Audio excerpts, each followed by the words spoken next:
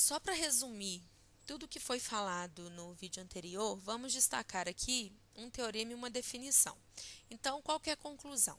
Se eu tenho duas soluções da minha equação diferencial linear de segunda ordem homogênea, vamos lembrar quem é ela, ó, é essa equação aqui, tá? Então, se eu tenho duas soluções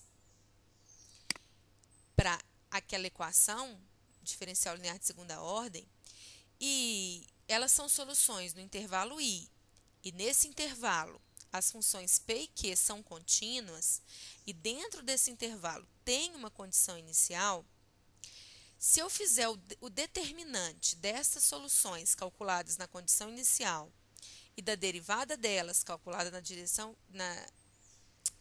na condição inicial, e esse determinante for diferente de zero, isso quer dizer que eu vou conseguir constantes C1 e C2 de tais forma que a combinação linear das duas soluções que eu tinha com essas constantes, isso vai ser solução única do meu problema de valor inicial.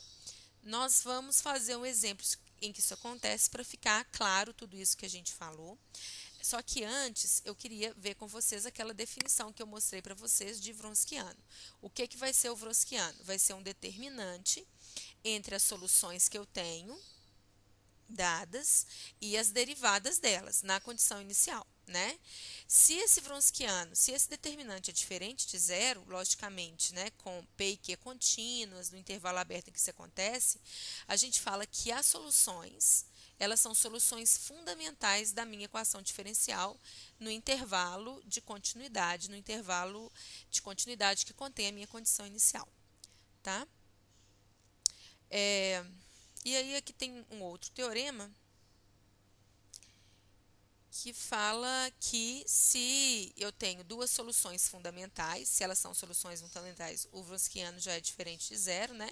Então, se eu tenho soluções fundamentais, P e Q contínuas, então, todas as soluções, todas as combinações lineares dessas soluções vai ser uma solução geral de 2.1. Então, antes a gente viu que se eu tenho duas soluções, a combinação linear delas também vai ser solução. Mas agora esse teorema é um pouco mais forte. Ele fala que essa combinação basta. Se eu fizer uma combinação linear de soluções fundamentais, isso já é uma solução geral.